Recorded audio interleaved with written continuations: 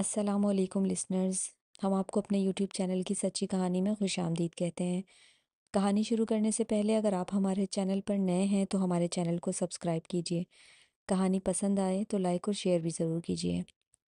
سلمان میرے ماموں کا بیٹا تھا، نہایت خوبرو اور ذہین۔ خاندان میں ہر ماں کی یہی خواہش تھی کہ وہ اس کا داماد بنے، مگر اس کی نگاہیں صرف میرے چہرے پر مرکوز رہتی تھیں۔ میں بس قبول صورت تھی مگر اچھی شخصیت کی مالک تھی۔ سوچتی تھی کہ میں خوش نصیب ہوں کہ خاندان کی سب لڑکیاں سلمان کو چاہتی ہیں اور وہ مجھے چاہتا ہے۔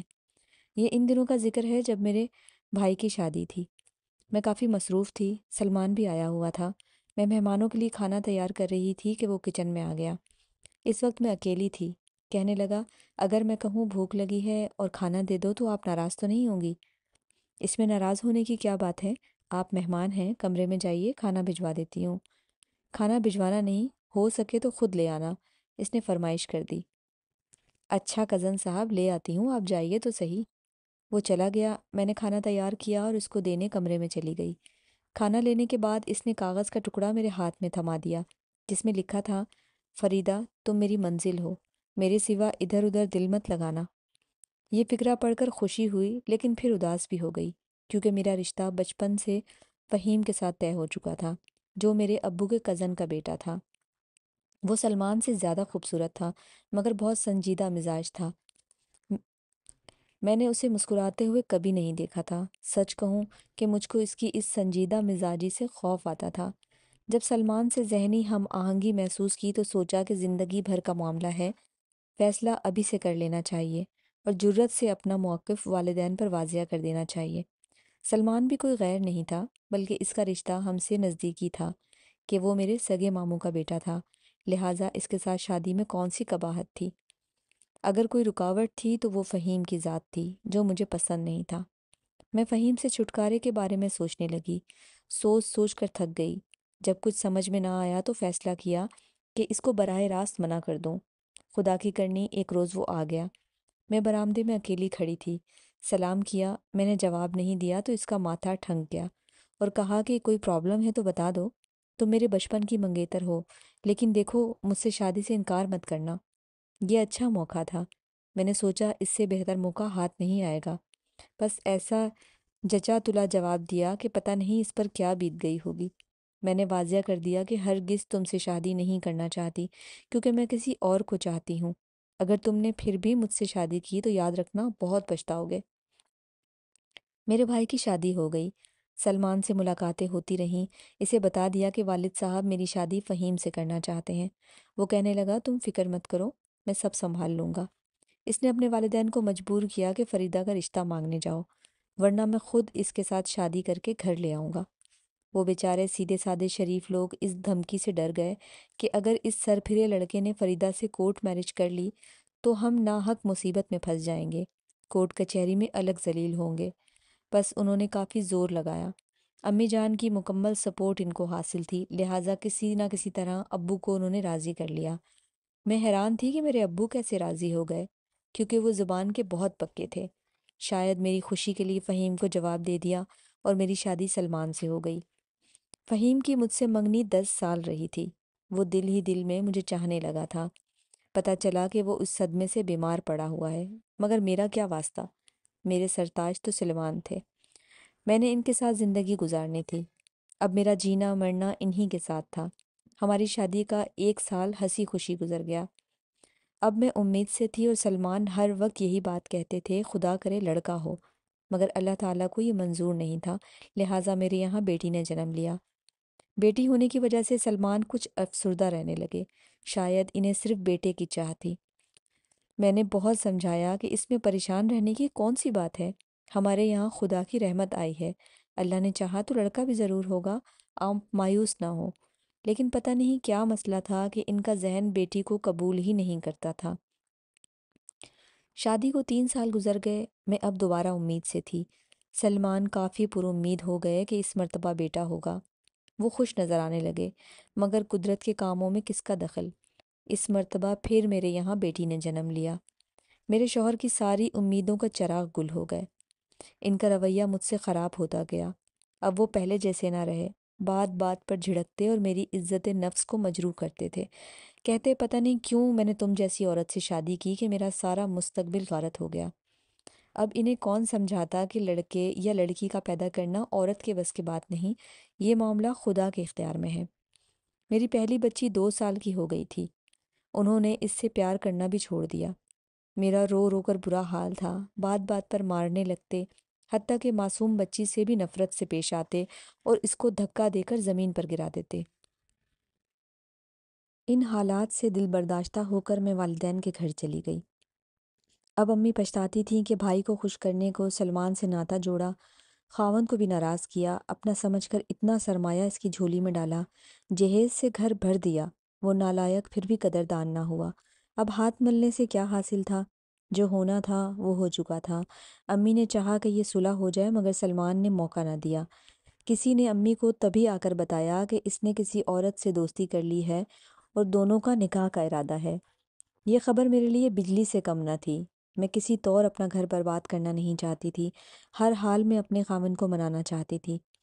شادی کوئی کھیل نہیں ہوتا، یہ زندگی بھر کا سودا ہوتا ہے۔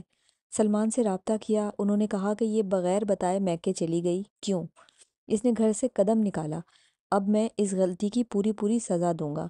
میں نے اسے فون کیا، فون پر میری منت سماجت کے بدلے گالیاں دینے لگے اور دوسرے روز طلاق نامہ بھجوا دیا۔ میری ہستی بستی دنیا اجڑ کر رہ گئی، میرے سہانے خواب تاریکیوں میں ڈوب گئے۔ غم سے نڈھال تھی، سوچ بھی نہ سکتی تھی کہ سلمان اتنے چھوٹے دل کے مالک ہوں گے اور معمولی سی بات پر مجھ کو خود سے دور کر دیں گے۔ میرا سب کچھ لٹ چکا تھا، کسی طرح سکون نہ ملتا تھا۔ ایک سہیلی نے مشورہ دیا کہ میں داتا دربار جا کر دعا کروں۔ دلی سکون کی خاطر میں اس کے ساتھ داتا دربار چلی گئی اور وہاں اللہ کے حضور سکون کے لیے اپنے دونوں ہاتھ بلند کر دیے۔ دعا مانگتے ہوئے میں اتنی مہو ہوئی کہ آنکھوں سے آنسو گرنے لگے اور مجھے ارد گرد کا کوئی احساس نہیں رہا۔ جب دعا مانگ چکی تو آنکھیں کھول دیں، سامنے ایک جانا پہچانا چہرہ دکھائی دیا۔ یہ فہیم کا چہرہ تھا، وہ بھی شاید اپنے رب سے سکون مانگنے آیا تھا۔ ہم نے ایک دوسرے کو دیکھا، نگاہیں ٹکرائیں اور میں نے ندامت سے پلکیں جھکا دیں۔ فہیم کو میری طلاق کے بارے میں کچھ پتہ نہیں تھا، مگر غمزدہ صورت دیکھ کر وہ سمجھ گیا کہ میں سخت کرب میں ہوں۔ اس نے میری سہیلی سے دریافت کیا کہ کیا مسئلہ ہے۔ فریدہ سے پوچھ کر بتائیے، شاید میں کچھ کام آ سکوں۔ سائمہ نے صاف طور پر بتا دیا کہ سلمان نے فریدہ کو طلاق دے دی ہے کیونکہ اس کے کسی اور عورت سے تعلقات ہو گئے تھے اور اس نے بیٹیوں کی پیدائش کا محض بہانہ بنایا ہے۔ یہ سن کر فہیم نہایت افسردہ ہوا۔ مجھ کو خبر نہ تھی کہ اس نے ابھی تک شادی نہیں کی۔ اس روز مجھ پر بغیر کلام کیے کئی خاموشی سے چلا گیا۔ الیکٹرانک انجینئر تھا اور جاپان میں کام کرتا تھا۔ وہ جاپان چلا گیا مگر اس کو وہاں چین نہ ملا۔ وہ جلد پاکستان آ گیا۔ میری طلاق کو 1 سال گزر چکا تھا۔ سلمان نے اپنی من پسند عورت سے کورٹ میرج کر لی تھی۔ والدین اس سے ناراض تھے مگر اس کو ماں باپ کی پرواہ نہیں تھی۔ اس نے اپنی الگ دنیا بسا لی تھی۔ ماموں اور ممانی نے کافی زور لگایا کسی طرح میں مان جاؤں اور ان کے پاس رہ جاؤں تاکہ بچیوں کی کفالت کر سکیں، مگر میرے والد صاحب کو یہ منظور نہیں تھا۔ انہوں نے کہا کہ جب طلاق ہو گئی ہے تو میری بیٹی کا تمہارے گھر رہنے کا کیا جواز ہے؟ اگر اپنی پوتیوں کا اتنا ہی خیال ہے تو ان کا خرچہ ہر ماہ آ کے دے دیا کرو، لیکن یہ رہیں گی میرے ہی گھر۔ فہیم کے والدین نے بیٹے کو سمجھایا کہ تمہاری شادی کی عمر ہے، اب شادی نہیں کرو گے تو کب کرو گے؟ انہوں نے اس کے لیے اپنے رشتہ داروں میں ایک لڑکی دیکھ لی، مگر اس نے صاف کہہ دیا کہ شادی کروں گا تو فریدہ سے۔ اسے مشکل وقت میں سہارے کی ضرورت ہے، وہ میری بچپن کی منگیتر ہے، میں ہر صورت اسے سہارا دوں گا۔ فہیم کے والدین کسی صورت راضی نہ تھے کیونکہ پہلے میں نے خود ہی شادی سے انکار کیا تھا۔ حیران تھی کہ اب بھی وہ مجھے قبول کرنے پر تیار تھا۔ جس قدر بھی اس کے والدین نے مخالفت کی، اس نے کسی کی نہ سنی، بس اپنے فیصلے پر ڈٹا رہا۔ میرے والدین تو ٹوٹ چکے تھے۔ ماں کو کافی دکھ پہنچا تھا کہ بھائی کے لڑکے نے ان کی بیٹی کی دنیا برباد کر دی، اور مجھ کو یوں بھی زیادہ قلق تھا کہ میری 2 بچیاں معصوم تھیں۔ آخر ان کا کیا قصور تھا؟ زندگی بھر کی یہ ذمہ داری مجھ کو اٹھانی تھی، اور سچ بات تو یہ تھی کہ بچیوں کی خاطر میں دوسری شادی کا سوچ بھی نہیں سکتی تھی۔ فہیم میرے والد سے ملے، ان سے درخواست کی کہ اپنی بیٹی کا رشتہ مجھ کو دے دیں۔ وہ پہلے بھی 10 برس میرے نام پر بیٹھی رہی ہے، اسی کی خاطر میں نے شادی نہیں کی، کیونکہ میرے دل میں اپنی منگیتر کا پیار آج بھی باقی ہے۔ اس کی التجا میں سچائی تھی۔ والد صاحب سوچ میں پڑ گئے، کیونکہ آج کل ایک طلاق شدہ اور 2 بیٹیوں کی ماں کو کون قبول کرتا ہے۔ میرے والدین اس رشتے پر راضی ہو گئے، لیکن فہیم کے والدین راضی نہ تھے۔ انہوں نے اس بات پر بڑا ہنگامہ کھڑا کر دیا اور کہا کہ اگر فہیم نے فریدہ سے شادی کی تو ہم یہ شادی نہ ہونے دیں گے۔ یہ ابو کے رشتہ دار تھے۔ والد صاحب نے جا کر فہیم کے ابو کو سمجھایا۔ وہ کہنے لگے، اس وقت تم کو خیال کیوں نہیں آیا جب 10 برس کی منگنی توڑ دی تھی؟ اب کیوں منتیں کرنے آئے ہو؟ اس لیے کہ تمہاری بیٹی 2 بچیوں کی ماں ہے اور اس کو سلمان نے طلاق دے دی ہے۔ ہمارا بیٹا غیر شادی شدہ ہے اور ہم کسی کنواری لڑکی کو بہو بنائیں گے۔ غرض اس طرح انہوں نے ابو کی بے عزتی کی۔ وہ روتے ہوئے گھر آ گئے۔ اتفاق سے اسی وقت فہیم آ گیا۔ اس نے جو ابو کو روتے دیکھا تو بہت رنجیدہ ہوا۔ ابو نے بتایا کہ تمہارے والد کے پاس گیا تھا تاکہ عزت کے ساتھ تمہاری خواہش کی تکمیل ہو اور بیٹی کو بھی عزت سے رخصت کر دوں، مگر نعمان بھائی نے ایسی باتیں کہی ہیں جس سے میرے دل کو ٹھیس پہنچی ہے۔ فہیم نے کہا، چچا جان آپ رنجیدہ نہ ہوں، میری بھی خوشی اور زندگی کا سوال ہے۔ والدین آج نہیں تو کل مان جائیں گے۔ بھلا ماں باپ کب اولاد کو چھوڑ سکتے ہیں؟ البتہ آپ میرا ساتھ دیں تاکہ آپ کی بیٹی عزت سے رخصت ہو۔ میں اسے اپنی عزت بناؤں گا۔ ابو نے اس کے بعد کافی لوگوں کو بھیجا مگر انکل نعمان راضی نہ ہوئے۔ بیٹی کی خواہش پوری نہ کی گئی تو اس نے اپنی مرضی سے مجھ سے شادی کر لی۔ میرے والدین بہت خوفزدہ تھے۔ فہیم نے اپنی مرضی سے شادی کی ہے، خدا نخواستہ معاملہ خراب نہ ہو جائے۔ شادی کے بعد فہیم نے مجھ کو بالکل احساس نہیں ہونے دیا کہ میں نے اس سے بے وفائی کی تھی۔ وہ مجھے اپنے ہمراہ جاپان لے گئے۔ سوچ بھی نہیں سکتی تھی جس انسان کو سنجیدہ مزاج اور عجیب و غریب سمجھتی تھی وہ اندر سے اتنا اعلیٰ اور عظیم ہوگا۔ انہوں نے مجھے ساری خوشیاں دی کہ میں سلمان کا دیا ہوا دکھ بھول گئی۔ ہر وقت وہ میری بچیوں کو اپنی جان سے لگائے رکھتے اور میرے بغیر تو وہ جیسے سانس بھی نہیں لیتے تھے۔ خدا جانے اتنے سال میری جدائی میں کس کرب میں گزارے ہوں گے۔ ان کی لگن سچی تھی، تبھی ان سے بچھڑ کر بھی مل گئی۔ شادی کے 1.5 سال بعد خدا نے ہمیں ایک پھول سا بیٹا عطا کیا جس کا نام ہم نے ارسلان رکھا۔ 2 سال بعد ایک اور بیٹا ہوا جس کا نام ہم نے چاند رکھا۔ اس کے بعد فہیم جاپان سے پاکستان شفٹ ہو گئے۔ پاکستان آ کر پتہ چلا کہ جس عورت سے سلمان نے عشق کر کے شادی کی تھی وہ اس کو لوٹ کر چلی گئی ہے۔ وہ اب افسردہ تھا۔ ہر ایک سے کہتا تھا مجھ کو بچیاں یاد آتی ہیں۔ اس وقت تو آنکھوں پر زارا کے عشق کی پٹی بندھی ہوئی تھی۔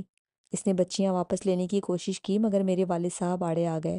ماموں ممانی نے بھی بیٹے کو چھوڑ کر ہمارا ساتھ دیا کیونکہ وہ دیکھ رہے تھے کہ بچیاں میرے پاس زیادہ خوش اور محفوظ ہیں۔ وہ اعلیٰ تعلیمی اداروں میں داخل ہو چکی تھیں۔ خود بیٹیوں نے بھی باپ کے پاس جانے سے انکار کر دیا۔ عدالت میں ان کے دادا دادی نے میرے حق میں بیان دیا کہ سلمان نے ناحق طلاق دی تھی۔ وہ بچیوں سے نفرت کرتا تھا۔ جب یہ چھوٹی تھیں وہ ان کو مارتا تھا اور زمین پر پٹک دیتا تھا۔ سگے والدین کے اس بیان کے بعد عدالت نے بچیوں کو نانا اور نانی کے پاس رہنے دیا۔ یوں سلمان کو عدالت سے منہ کی کھانی پڑی۔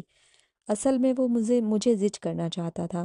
بچیوں سے اس کو کوئی دلچسپی نہیں تھی اور نہ وہ ان کو اپنے پاس رکھ سکتا تھا، نہ ہی پال سکتا تھا کیونکہ والدین نے اس کو گھر سے نکال دیا تھا۔ آج میرا ایک خوبصورت گھر ہے، دنیا کی ہر شے میرے پاس ہے۔ فہیم میرے اور اپنے بچوں میں کوئی فرق نہیں رکھتے۔ انہوں نے ہم کو اتنا سکون اور خوشیاں دی ہیں کہ دل ان کے گن گاتا ہے۔ سوچتی ہوں کہ سلمان کا انتخاب کر کے کتنی بڑی غلطی کی، جبکہ فہیم کو والد صاحب نے میرے لیے منتخب کر لیا تھا۔ مجھ کو انکار نہیں کرنا چاہیے تھا۔ سچ ہے کہ اوائل عمر میں لڑکیوں کے پاس عقل سے زیادہ جذبات ہوتے ہیں جن کی روشنی میں وہ غلط فیصلے کر لیتی ہیں اور عمر بھر خمیازہ بھگتتی رہتی ہیں۔ اے کاش میں بھی سلمان کے ظاہری رویوں پر نہ جاتی۔ لڑکیوں کو گھیرنے کے لیے مرد 100 طرح کے حربے استعمال کرتے ہیں۔ فہیم کی سنجیدگی اس بات کا ثبوت تھی کہ عمر بڑھنے اور اپنی زندگی سنوارنے میں صرف کر دی تھی۔ مستقبل سنوارنا، ایسے لوگ صرف اپنی منزل پر نظر رکھتے ہیں اور اپنے کام سے کام۔ ان کے پاس ہنسی مذاق کے لیے وقت نہیں ہوتا، اس لیے وہ ہم کو خشک مزاج نظر آتے ہیں۔ یہ میرا تجربہ ہے کہ جو انسان زندگی میں کچھ بننا چاہتا ہے وہ زیادہ تر سنجیدہ رہتا ہے اور دنیا کے جھمیلوں میں پڑھ کر وقت ضائع نہیں کرتا۔ ایسے لوگوں کی قدر کرنی چاہیے۔ آج میں نے بھی اپنا سب کچھ فہیم اور بچیوں پر قربان کر رکھا ہے کیونکہ مجھے ان کی وفا پر ناز ہے۔